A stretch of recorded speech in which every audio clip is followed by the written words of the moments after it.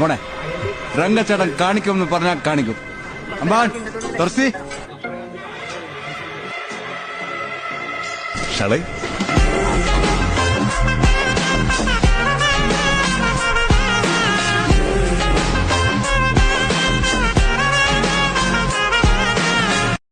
അച്ഛായ, എനിക്കൊരു ഉപകാരം വേണമായിരുന്നു.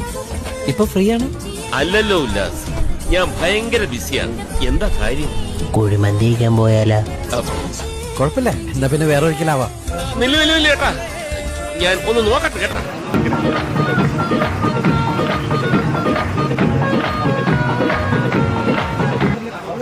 ഫുള്ള് മന്തി കഴിക്കാം. കൊടലല്ലേ വയറ്റിയിരിക്കുന്ന ഫുള്ള് മന്തി. നീ എന്താണ് ഇങ്ങനെയൊക്കെ? ഇവിടെ അങ്ങ് അറ്റം പോവാതെടാ.